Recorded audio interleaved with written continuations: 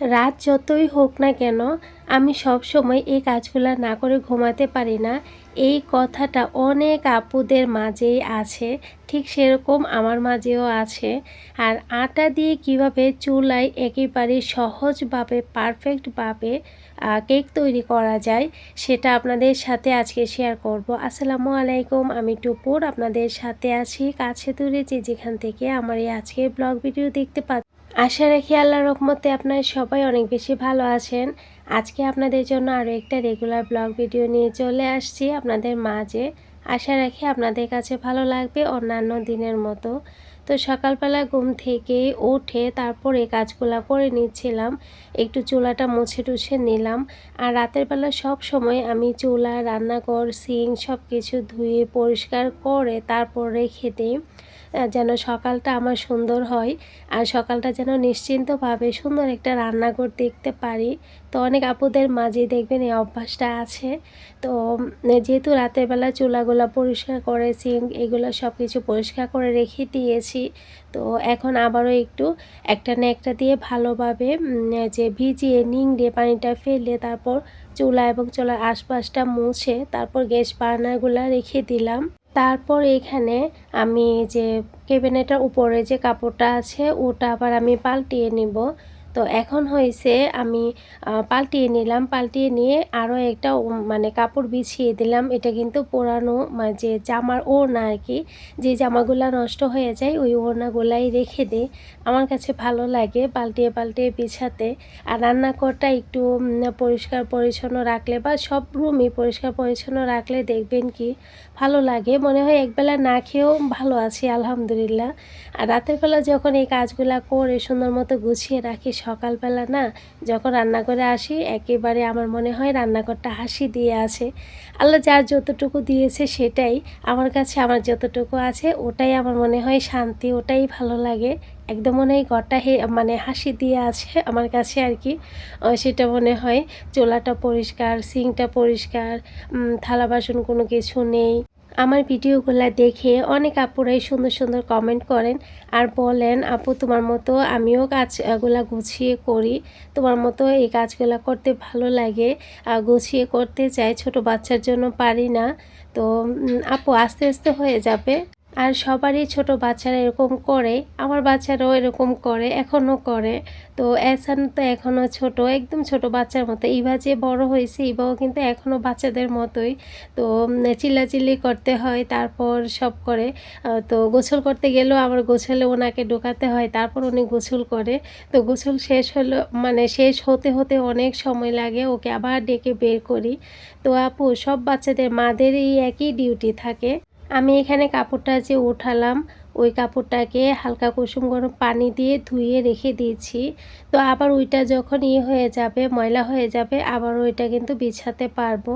তো সবসময়ই আমি এটা করি, যেহেতু রান্নাঘরে থাকে এটা একটু ময়লা বেশি হয় এবং যেহেতু আমার একেবারেই সাদামাটা ঘর, সাদামাটা রান্নাঘর, তো ওটা মানে যেহেতু মানে তেল মশলার রান্নাবান্না ব্যবহার বেশি হয়, তো ওগুলা কিন্তু আবার পরে আর কি মানে বেশি একটু আঠা আঠা হয়ে যায়। তো আমি একটু হালকা কুসুম গরম পানি দিয়ে ধুই, এতে করে কিন্তু অনেক সুন্দর থাকে, ভালো থাকে, খুব সুন্দর পরিষ্কার হয়ে যায়। ফজরের আজানের পর থেকেই এই যে কিছুদিন ধরে বৃষ্টি বৃষ্টি আর ভালো লাগছে না। বৃষ্টি দেখবেন আমরা অনেকেই অনেক পছন্দ করি, কিন্তু অতিবৃষ্টি মানে কারোর কাছেই ভালো লাগে না। যারা দিন যাপন মানে কর্ম করে খাচ্ছে তাদেরও কিন্তু অনেক সমস্যা হয়ে যাচ্ছে। বিভিন্ন জায়গায় তো অনেক পানি দিয়ে রাস্তাঘাট মানে অনেক সমস্যা হচ্ছে। আর এই যে আমাদের ব্রাহ্মণবাড়িয়াতেও কিন্তু অনেক সমস্যা হচ্ছে। আমার এই যে মেয়েদের পরীক্ষা, ওই রাস্তাটা দিয়ে আসা যাওয়া করতে অনেক বেশি কষ্ট হয়। তো কিছু করার নাই, পরীক্ষা যেহেতু নিয়ে যেতেই হবে। আমি বলছিলাম যদি পরীক্ষা না হতো স্কুল প্রাইভেটে এক সপ্তাহের জন্য একেবারেই বাইরে যাইতাম না, একেবারে বন্ধ রাখতাম আর কি। তো কিছু করার নাই, যেহেতু পরীক্ষা যেতেই হবে, 2 মেয়ের পরীক্ষা চলতেছে। এদিকে ওদের আমি নাস্তাটা রেডি করে দিয়েছি। এই বৃষ্টির মধ্যে মেয়েকে নিয়ে প্রাইভেটে গেলাম, যেহেতু পরীক্ষা না যেয়ে উপায় নেই। তো ওকে মানে ঘরের কিছু কাজকর্ম করে তারপর ওকে নিয়ে প্রাইভেটে গিয়েছিলাম। তো ওকে দিয়ে আসলাম, এসে আবার এই যে খাবারটা রেডি করতেছি। আন্নি তো ঘরে আছে, আন্নির আজকে প্রাইভেট নেই। আচ্ছা, যেসব আপুরা এখনও পর্যন্ত আমার ভিডিওর সাথে আছেন প্লিজ একটা লাইক দিয়ে দিবেন, আর ভালো লাগলে আমার চ্যানেলটা সাবস্ক্রাইব করে আমার পাশেই থেকে যেতে পারেন। আমার এক বোন আমাকে জিজ্ঞেস করেছে যে, আপু তুমি কি ওই চ্যানেলে কাজ করো না? হ্যাঁ আপু, করি। তো এই তো আপু, দেখতে পাচ্ছ এখানেও করি ওখানেও করি। তো এই আর কি, যেহেতু আমার ভিডিওগুলো পরিচিত অনেক, যেহেতু মোটামুটি আমার ভিডিওগুলো অনেক আপুরাই দেখেন আমার ওই চ্যানেলেও, তার জন্য কিছু কিছু আপুরা এই চ্যানেলে মানে ওই যে কি থাম্বনেলগুলো দেখে হয়তো বা ক্লিক করে। তো আপুরা ওই জন্যই আমাকে প্রশ্ন করেছেন। তো অসংখ্য ধন্যবাদ আপু। ওটার মধ্যে যেমন আমাকে ভালোবাসা দিচ্ছেন, এটার মধ্যেও আমাকে ভালোবাসা দিবেন। আর ওই চ্যানেলে কিন্তু আমি এখনও বলি নাই যে আমার এই চ্যানেলে আমি ভিডিও দেই। হয় যেসব আপুরা ভালোবেসে আমাকে এখানে দেখবে তো দেখবে, আমি বলি না কেন। যারা আমার কাজ পছন্দ করবে, আমার ভিডিও এমনিতেই দেখবে, তার জন্য আমি বলি না যে আমার ওই চ্যানেলটার মধ্যে আপনারা সাবস্ক্রাইব করবেন বা লাইক দিবেন বা দেখে আসবেন ভালো লাগবে কি না। তো আমি কোনো সময় বলি নাই এক চ্যানেলে আর আরেক চ্যানেলের কথা। যদি আপনাদের কারোর কাছে যারা ক্লিক করেন ভালো লাগে, সেসব আপুরা অবশ্যই দেখবে। তো আমার ওইটার মধ্যে কিন্তু মোটামুটি আলহামদুলিল্লাহ ভালোই আছে। তো ওটার মধ্যে আমার বলা হয় নাই। যে বললে হয়তোবা এতদিনে আরও কিছু সাবস্ক্রাইবারও এড হতো, আপুরা দেখতো। কিন্তু রেগুলার কাজকর্ম ওটার মধ্যেও দেওয়া হচ্ছে, এটার মধ্যেও দেওয়া হচ্ছে। তো এইখানে আমি সিঙ্কটাকে একটু মেজে ঘষে ধুয়ে নিলাম। আর আজকে কিন্তু এই যে ফজর আজান থেকে কারেন্ট নেই, আপনাদেরকে দেখালাম যে বৃষ্টির কারণে এদিকে আমাদের বাসায় কারেন্ট নেই। তারপর সন্ধ্যার পরে অনেক পরে আম্মা গিয়েছিল আপার বাসায়, ওখান থেকে এসে তারপর আবার আপাকে ফোন দিয়ে লোক আনিয়ে তারপর হচ্ছে গিয়ে কারেন্টটা ঠিক করে নিল। আর সারাটা দিন কারেন্ট ছাড়া অফদের মধ্যে ফোন দেওয়া হয়েছিল, ওনারা ধরেও না, কোনো করে না। তারপর আপা লোক পাঠাইছে, তারপর উনি এসে ঠিকঠাক করে দিয়ে গেল। যেহেতু কারেন্ট নাই, আমার মনে হচ্ছে কি ভিডিও করতে পারবো না, এই করতে করতে এই পর্যন্ত এসেছি। তো আর কি, তো যতটুকু পারি, আমার কথা হচ্ছে যতটুকু পারি ভিডিও চালিয়ে যাই, তারপর দেখা যাবে। এখানে আমি দুপুরে রান্না করব, তার জন্য আমি এদিকে হচ্ছে মুগ ডাল ভেজে নিচ্ছি। প্রথমে মুরগি খুলেছিলাম, আর যেহেতু বৃষ্টি ঠান্ডার দিনে শীতের দিনে কিন্তু আমার রান্নাবান্না করতে অনেক কষ্ট হয়ে যায়।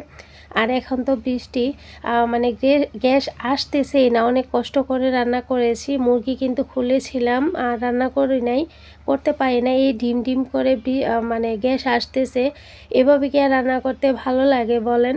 এদিকে কিছু ডিম সিদ্ধ বসিয়ে দিচ্ছি, একটা হাঁসের ডিম দিলাম আমার জন্য। তো ডিম ভুনা করব ভেবেছিলাম, আলু দিয়ে মুরগি রান্না করব আর খিচুড়ি রান্না করব, কিন্তু আর পারি নাই। মুরগি আর আলু যে কেটেছিলাম ওগুলো আবার ফ্রিজে রেখে দিয়েছি। কোনো রকম খিচুড়ি আর এদিকে হচ্ছে ডিম ভুনা করেছি। তো খাবারের সময় কিন্তু পার হয়ে যাচ্ছে, তো কিছু করার নাই, করে নিয়েছি। আর যদি রৌদ্র থাকতো এই সময় কিন্তু ভিডিও করাও সম্ভব ছিল না, কারণ জানালা দিয়ে রৌদ্র এসে কোনো কিছুই দেখা যায় না। যেহেতু বৃষ্টি, রৌদ্র ওঠে নাই, তার জন্য কিন্তু রান্নাটা ভিডিও করতে পারতেছি। এদিকে একটা ফ্রাই প্যানে আমি তেল বসালাম, তারপর দিলাম হচ্ছে মরিচ, দেখতেই পাচ্ছেন এইটুকু তেলও গরম হচ্ছে না, এমন আর কি গ্যাসের আঁচটা। তারপর এখানে আমি মরিচটা দিলাম, দেওয়ার পর আমি একটুখানি গরম করে মানে ভেজে তারপর পেঁয়াজ দিলাম, ভেজে তারপর খিচুড়ির মধ্যে বাগার দিয়ে দিব। ওদিকে হচ্ছে ডিমের জন্য মশলা আমি বসিয়ে দিয়েছি। এদিকে আমি মশলার বক্সটাকেও একটু গুছিয়ে গাছিয়ে নিয়েছি। রান্নার পাশাপাশি এই কাজগুলো গুছিয়ে নিলে কিন্তু একটু রান্নার পর আর কি যে চুলা সিঙ্ক এগুলা মানে মুছে টুছে নিলেই হয়ে যায়। দাঁড়িয়ে না থেকে আশেপাশে যে কাজগুলা থাকে ওগুলা একটু এগিয়ে নিলে ভালো হয়। সকালে বলে না, দুপুরে বলে না, রাতে বলেন বা বিকেলে নাস্তা বলেন, রান্না করে তারপর কিন্তু করলেই রান্না করে কাজ শেষ হয়ে যায় না। রান্না করার পর অনেকক্ষণ কাজ থাকে রান্না করে। তো ওই কাজগুলো যদি একটু একটু করে রান্নার পাশাপাশি এগিয়ে নেওয়া যায় তাহলে কিন্তু আমাদের একটু তাড়াতাড়ি হয়ে যায় কাজটা। এদিকে ডিমগুলাকে প্রথমে আমি ভেজে নিয়েছিলাম, নেওয়ার পর আমি মশলা কষিয়ে অল্প অল্প করে মশলা কষিয়ে তারপর ডিমগুলাকে দিয়ে দিলাম। এদিকে আমি যে যাই বেরোচ্ছিল মটরের পানিও শেষ হয়ে যাচ্ছে, যা যা বেরোচ্ছিল আমি সাথে সাথেই ধুচ্ছিলাম। ভাগ্যিস আম্মা সকালবেলা বলছিল যে মোটরের যেহেতু কারেন্ট নাই, বউ পানি রাইখা দে, দুপুরে রান্নাবান্না করবি না। তো ওই আম্মার কথা বলাতে তারপর কিছু পানি আমি রেখেছিলাম, তো তার জন্য আমি রান্নাবান্নাটা শেষ করতে পারতেছি। তা না হলে কিন্তু টিউবওয়েল থেকে চেপে পানি আনতে হইতো। এদিকে আমি কিছু ওই যে পানি শেষ হয়ে গেছে, জমা পানি থেকে আমি ওই যে দু একটা রইছে এগুলা ধুয়ে নিলাম। আর এর আগে মোটরের পানি যা ছিল ওটা থেকেই কাজ করেছি। তো এইখানে আমি রান্নাবান্না শেষ করেছি, যতটুকু পারি চুলা সিঙ্ক এগুলা পরিষ্কার করেছি। এখন আমি ওদেরকে খাবার দিয়ে দিচ্ছি। ওদের খাবারটা দিয়ে দিয়েছি। আমার জন্য কিন্তু চুলার মধ্যে অল্প করে একটুখানি ভাত বসিয়েছি। আমার কাছে খিচুড়ি বেশি একটা ভালো লাগে না, যে অনেক পছন্দ সেটা না। তো ওরা আবার অনেক পছন্দ করে। ওদিকে আমি একটু আচার দিলাম, ডিম দিলাম। তারপর ওদেরকে কিন্তু আবার প্রাইভেটে নিয়ে গিয়েছিলাম। তো যাওয়ার পর ওরা খাওয়া-দাওয়া করলো। তারপর আরও কিছু কাজ ছিল, এগুলা করলাম। আমিও খাওয়া-দাওয়া করলাম। তো ওদেরকে প্রাইভেটে নিয়ে গিয়েছিলাম। নিয়ে যাওয়ার পর ওদেরকে নিয়ে আসলাম। আসার পর এদিকে আপনাদের সাথে আটা দিয়ে কিভাবে চুলায় খুব সহজে কেক তৈরি করে নিতে পারবেন সেটা দেখাচ্ছি আপনাদেরকে। এই যে আটার বক্সটা নিলাম, তো না দেখালে অনেকে ভাবতে পারেন ময়দা দিয়ে বানিয়ে হয়তো বা আটা দিয়ে বলতেছি। আমি এখানে ১ কাপ আটা নিচ্ছি। তো আটাটা নিয়ে মানে মেজারমেন্ট কাপ দিয়ে আর কি ১ কাপ আটা নিচ্ছি। তারপর আমি বাকি যে উপকরণগুলো লাগবে সেগুলা নিচ্ছি। এখানে আমি চিনি নিলাম, তারপর তেল নিলাম, 1/2 কাপ চিনি, 1/2 কাপ তেল, তারপর হচ্ছে বেকিং পাউডার, তারপর ডিমের কুসুমটা আলাদা করে নিয়েছি, ডিমের সাদা অংশটাকে নিলাম আলাদা করে, তারপর স্বাদ মতো লবণটা আমি চিনির মধ্যেই দিয়ে দিলাম। আর এদিকে আবার বিটারটা নিলাম, বিটারটা নিয়ে বিটারের কাঁটাগুলো লাগিয়ে দিচ্ছি। এই বিটারটা কিন্তু আপনাদের ভাইয়া বাহির থেকে নিয়ে আসছে। এর আগের বিটারটা কিন্তু অনেক বছর আমি কাজ করেছি, অনেক কেক খেয়েছি ওই আগের বিটার দিয়ে। সেটা এখন একদম কেক খেতে খেতে পুরাই ফেলছি। তারপর আপনাদের ভাইয়া এটা নিয়ে আসছে। আচ্ছা, ডিমের সাদা অংশটাকে আমি বিট করে তারপর চিনি দিলাম, চিনিটাকেও বিট করে নিলাম। তারপর এখানে আমি তেল দিলাম, দেওয়ার পর আবারও বিট করলাম, করার পর এখানে এসেন্স দিয়ে দিলাম, এসেন্স দেওয়ার পর ডিমের কুসুম দিলাম, দিয়ে আবারও আমি বিট করে নিব। এখন আমি সব কিছু বিট করে নিচ্ছি। এভাবে যদি আপনারা তৈরি করেন একেবারেই চুলার মধ্যে এত পারফেক্ট এবং এত সুন্দর হবে কেক, যা আপনি একবারেই কিন্তু 100% পাস করে যাবেন। এদিকে আমি আটা আর বেকিং পাউডারটা দিলাম, দিয়ে একটা চালনির মধ্যে নিলাম, নেওয়ার পর আমি এটা চেলে দিয়ে দিচ্ছি। আমার কেক বানাতে বানাতে চালনিটা এক সাইড দিয়ে আমি ওই যে কেক বানানোর পর ধুবো না, তো ওই তারের মাঝানি দিয়ে ঘষা দিতে দিতে এক সাইড দিয়ে কিন্তু আমি মানে খুলে গেছে। তো এখানে আমি আটাটাকে আমি ভালোভাবে মিশিয়ে নিলাম। নেওয়ার পর আমি এখানে একটা মল নিয়েছি, নেওয়ার ওই মলটার মধ্যে আমি বাচ্চারা যে লেখালেখি কাগজ সেটা আমি অয়েল ব্রাশ করে তেল ব্রাশ করে দিলাম, দেওয়ার পর এই যে ব্যাটারটা দিয়ে দিলাম। আচ্ছা, কয়টা ডিমে কেক বানিয়েছি সেটাই তো বললাম না, 5টা ডিম দিয়ে কেক বানিয়েছি। আর সব উপকরণ তো আপনাদেরকে দেখিয়ে দিলাম। খুব সহজভাবেই কিন্তু এই কেকটা তৈরি করে নিতে পারবেন চুলার মধ্যে। আমি রাতের বেলায় এই কাজগুলো করছিলাম। তো এখন যা যা মানে কেক বানাতে গিয়ে আবার হইলো, ওগুলো আবার সিঙ্কে রেখে দিয়েছি। এখন আমি বিটারটাকে আবার মুছে টুছে জায়গা মতো রেখে দিব। আমার যে সুরেকটা আছে, সুরেকের উপরে যে একটা ড্রয়ার আছে, ওটার মধ্যে আমি কেক রিলেটেড যা আছে সব কিছু এখানেই রাখি। তো আমি প্রচুর কেক বানাই বাচ্চাদেরকে, মানে কেক ওরা অনেক বেশি পছন্দ করে, তার জন্য কিন্তু কেকটা বানানো হয়। এখন আমি সব কিছু ওই যে কেকটা হচ্ছে, কেক হতে হতে ওদের পড়াটাও দেখছিলাম। তো এদিকে আমি সব কিছু আবার ধুয়ে পরিষ্কার করে নিব। রাত যতই হোক না কেন আমি এই কাজগুলো না করে কখনোই ঘুমাতে পারি না। এই 2-3 দিন আগে কি হয়েছে, আমি মানে 2-1টা প্লেট ছিল, তা আমার এত খারাপ লাগতেছে, ওদেরকে পড়াতে পড়াতে আমার মনে হয় কি ঘুম চলে আসছে আর শরীরটাও খারাপ লাগতেছে। তারপর আমি ভাবছি সকালবেলা ধুবো। তারপর তো গিয়ে শুয়ে পড়ছি, রাত মনে হয় 1টা বাজে। শোয়ার পর 10 মিনিট পর আমি ভাবতেছি সকালবেলা উঠে তো প্রথমে আমার এই কাজগুলা করতে হবে, মানে এই কথাটা শুধু মাথায় আসতেছে। তারপরে এপাশ ওপাশ করে এসে আবার ওই রাত 1টার উপরে বাজে, আবার এগুলা ধুয়ে চুলা পরিষ্কার করে তারপর হাত মুখ ধুয়ে আরও কিছুক্ষণ সজাগ ছিলাম, তারপর গিয়ে ঘুমিয়েছিলাম আর কি। তো সবসময় করতে করতে একটা যদি রুটিনের মধ্যে চলে আসে, দেখবেন কি কাজগুলো না করে ঘুমালে বা শুতে গেলে ভালো লাগে না। তো কেকটা হতে থাক, এই পাশে আমি এই কাজগুলো করে নিচ্ছি। চুলা তো পরিষ্কারই আছে। দুপুরবেলাও কিন্তু মেজে ঘষে মানে পরিষ্কার করেছি। তো এখন হচ্ছে আবারও আমি ভিজা ন্যাকড়া দিয়ে ভালোভাবে মুছে নিয়েছি। মুছে নেওয়ার পরে তো আমি এখন সিঙ্কটাকেও ভালোভাবে ঘষে ধুয়ে নিচ্ছি। কারণ সিঙ্ক, চুলা তারপর হচ্ছে রান্নাঘরের ক্যাবিনেট এগুলা দেখবেন পরিষ্কার না থাকলে ভালো লাগে না। একটু গোছানো থাকলে দেখতেও ভালো লাগে, চোখে শান্তি লাগে। এই যে আমি পরিষ্কার করে ঘুমাতে যাব, সকালবেলা সুন্দর একটা রান্নাঘর, একদম সুন্দর চকচকে করে একটা রান্নাঘর পাবো। মনে হবে কি রান্নাঘরটা একদম হাসি দিয়ে আছে। তো যাই হোক, যারা এই পর্যন্ত আমার সাথে এসেছেন সবাইকে অসংখ্য ধন্যবাদ। যারা আমাকে খুব ভালোবেসে ভিডিওগুলা দেখেন সেসব আপুদের সবাইকে, সবার জন্য মন থেকে অনেক দোয়া এবং ভালোবাসা। আল্লাহ আপনাদের সবাইকে ভালো রাখুক।